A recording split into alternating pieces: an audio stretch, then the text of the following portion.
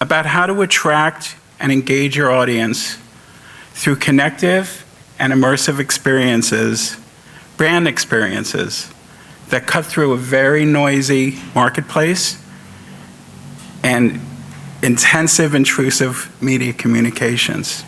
So let's talk about how to bring your products to life through big ideas that create brand loyalty, through word-of-mouth conversation, and as a result, lots of sales. So I'm going to talk about some old stuff today and some new stuff. But I think you'll see that they all have one thing in common: elements of surprise and delight. Attractive things to attract the people that you want to reach. We're going to talk about creating neighborhoods. In the last 100 years, there's been more advances in communication than ever before in the cumulative history of mankind. From radio to television, faxes to email, from the computer to the internet, from flip phones to iPhones, communicating through text and social media posts, Instagram photos and emoticons, communications have moved faster through space and time than ever. Over 123 billion business emails were sent today since you were here. 200 million text messages in the past second. 2.7 billion social media users sending 5 posts per day to over 13 billion. Conversations with each other have been reduced to abbreviated emails, posts, messages, emotionally detached emails, and emoticons and emojis to communicate our personalities. But with all the advances in communication, have we really gotten closer to people? In fact, with all of our communication devices, it seems we hardly have any time to communicate at all. But when you add it all up, when you add the emails, the text messages, posts, and phone calls that we make each day, it actually comes out to a 48-hour day. It's hard to believe it, but with all the devices and all the multiple communications and all the platforms that there are out there, and all the multitasking, we've compressed everything into a 48-hour day. At the same time, as marketers, we're competing for every waking moment. 30 years ago, the average consumer was targeted by 560 ads per day. Today, the average person is exposed to between 5,000 and 10,000 ads each day. The fact is, we're bombarded by media on every street corner. Has your head exploded yet? I remember a simpler time. I'm a little older than a lot of people here, I think, when I only had 5 friends. There was much more time to talk to people. We used to go out and play in our neighborhood. We made new friends, real relationships. We didn't converse through text then. There was nothing like that. We actually conversed in complete sentences. In fact, everyone in our neighborhood talked like that. And it was usually face to face, although sometimes we spoke through tin cans. My first network connection. It was easier back then. Our network of friends were smaller. Our friendships were generally confined to our neighborhood, or we made friends at school. The world was much smaller then. Advertising was simpler then too. I seem to recall that brands kind of spoke like our neighbors, simply, directly, and honestly. No one had to raise his or her voice to be heard. And brands were a little bit more subtle then too. Cracker Jacks didn't need to talk at you. They put a surprise in the box.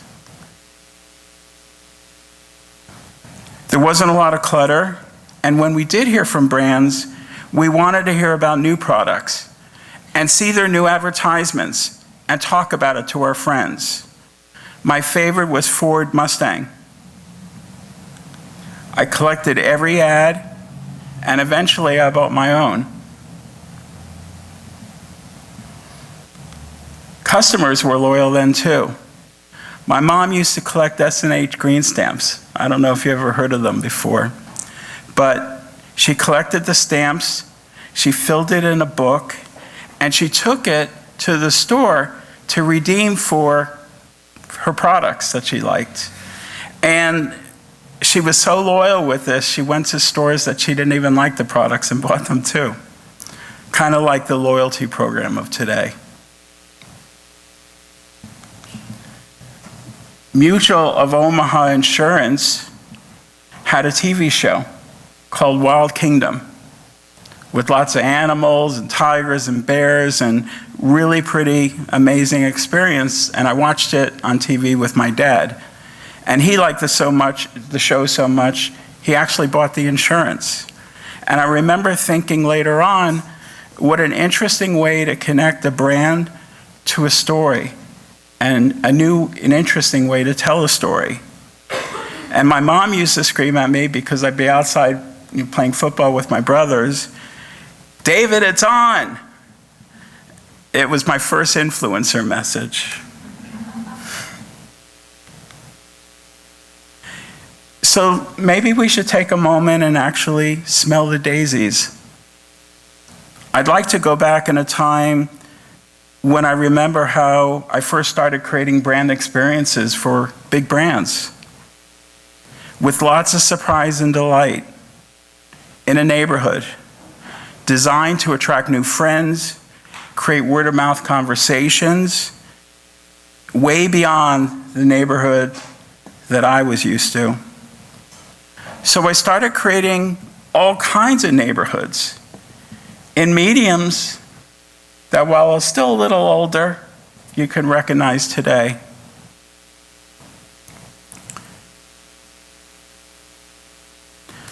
Different mediums, but I really wanted to bring back the art of conversation. That's what I want to talk about today.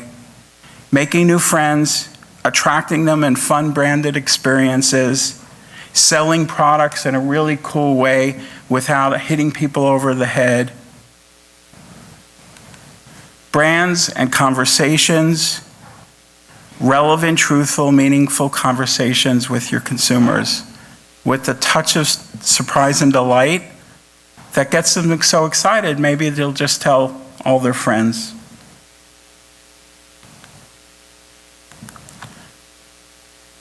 So one of my first projects was with Marc Jacobs Daisy, and Daisy the fragrance. And we brought the brand to life by actually creating an online secret garden. It was so secret that you had to be invited to it. You had to get the password. If you were kind of the it person, and we worked with a lot of the Marc Jacobs store people and online and pretty everywhere, but we gave them the power to pass out a key. And the key had a secret code. And if you were invited with that wink and a nod, delivered by an influencer, you were in. And everyone really loves a secret. So Marc Jacobs Daisy was a place that you could create, come into this secret garden, and actually plant your own daisy. Each daisy represented a real person. And by word-of-mouth conversation all across the world, you can invite other daisies. And they can plant and share and send out invites.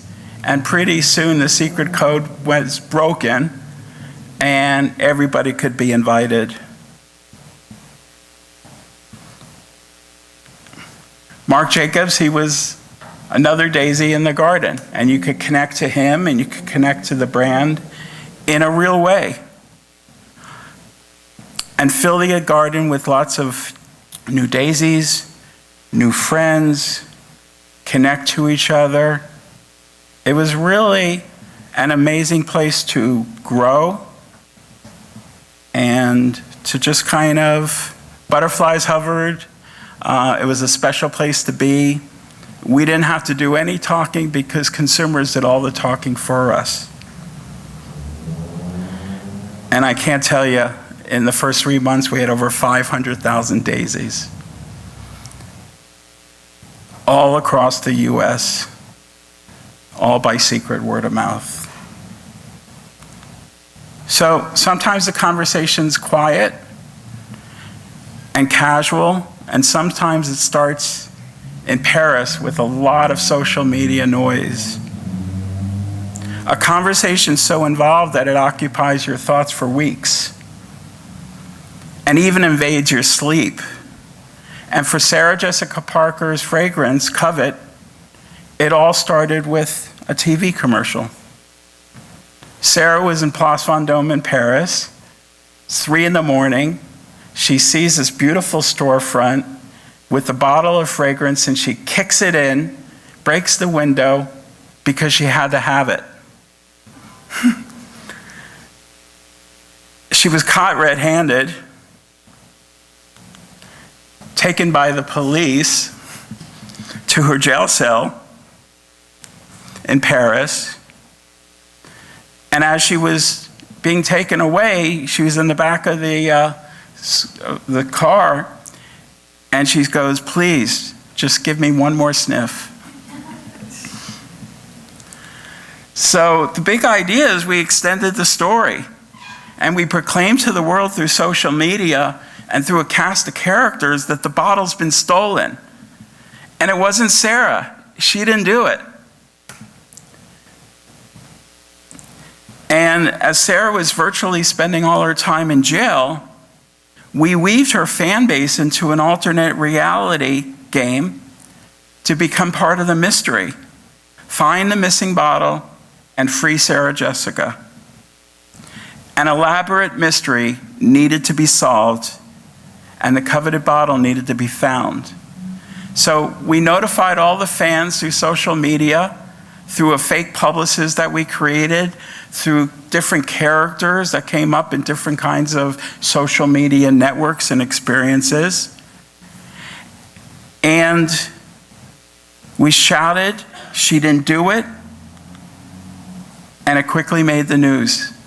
We even created our own newspaper to pass out in Paris and in New York. So fans were quickly recruited. We created a website, we created social media pages, we created a blog, and we recruited detectives. We created a weekly dossier over 8 weeks, and we passed it to them like they were real detectives, and we communicated to them like they were as well. Lucky Magazine, if you remember, Lucky Magazine back then had a sticker section. It was pretty much a favorite. And we planted in the stickers all kinds of clues. And we partnered with them on the prize. And one blog said, "I feel like one of Charlie Angel's, trapped in a mystery, an addicting mystery, waiting for the next clue." And that's what it was kind of like for 8 weeks. People were just so enthralled in this new kind of immersive experience.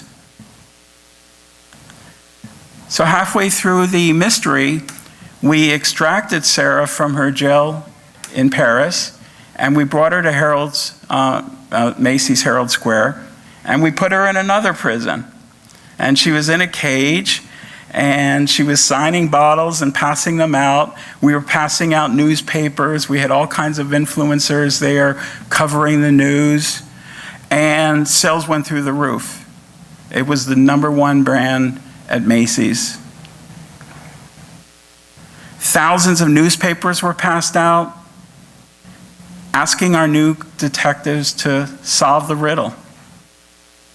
And then during the 8-week challenge, we had 500,000 Covet fans come into the site and get involved in the mystery. Over 240,000 people viewed our commercial.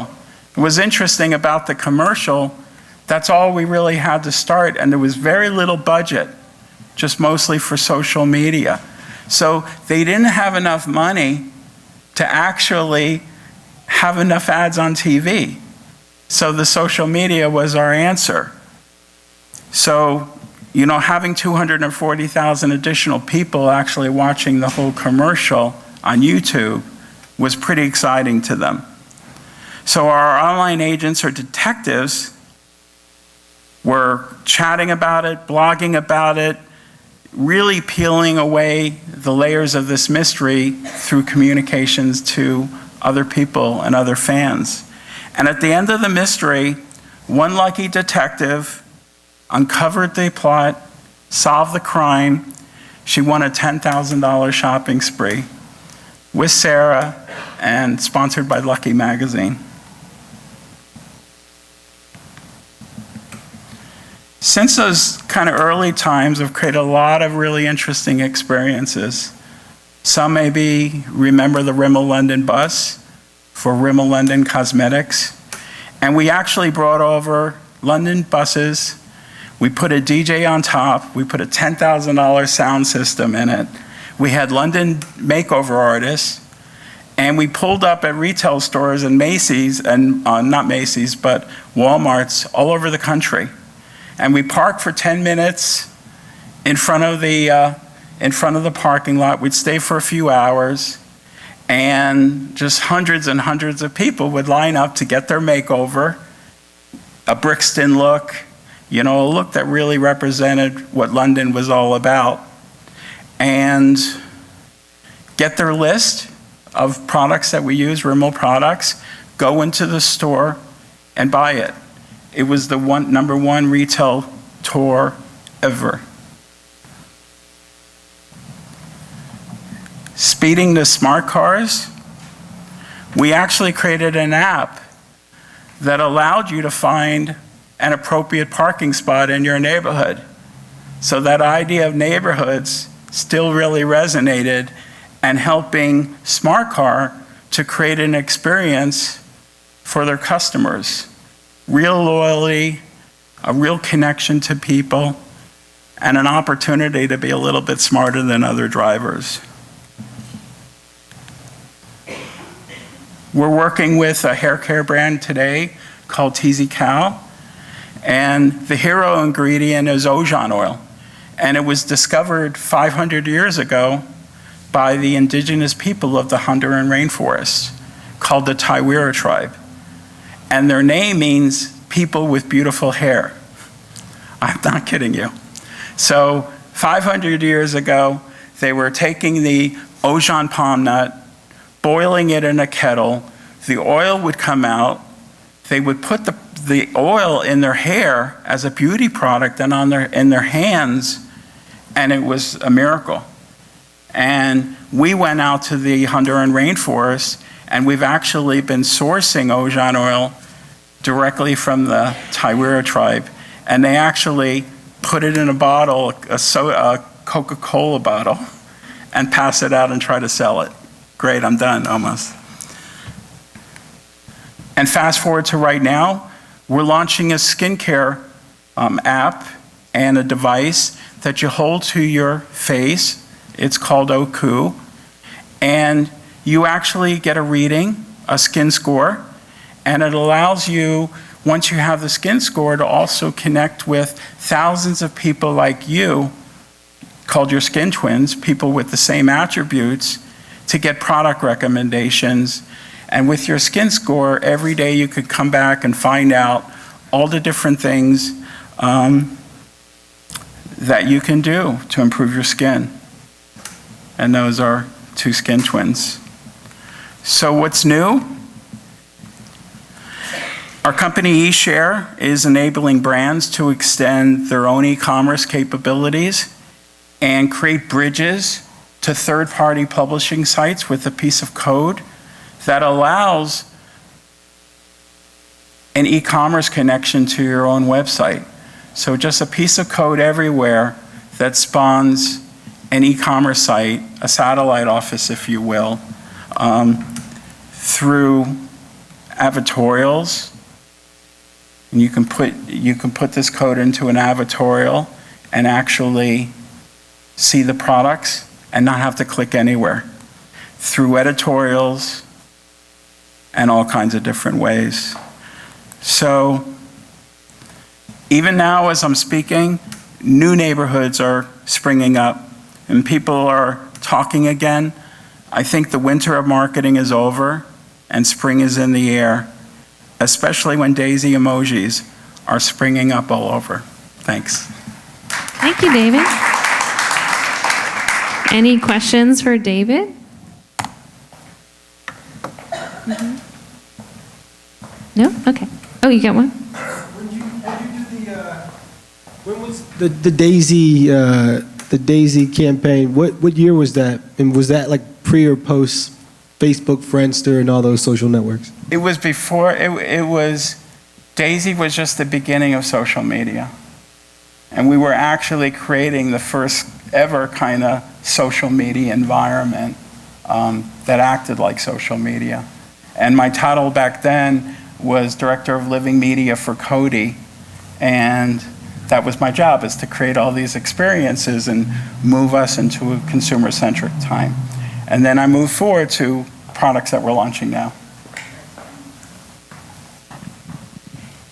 Do you see a meaningful difference in interactivity versus immersivity? If something is interactive, is it immersive? If it's immersive, is it interactive?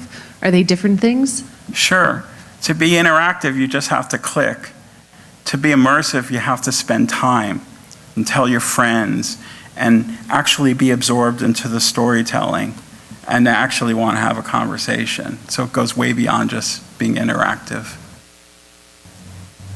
Wonderful. Thank you so much, David. Thank you. Thank you. So why don't you go ahead and get set up? So I have one more little exercise.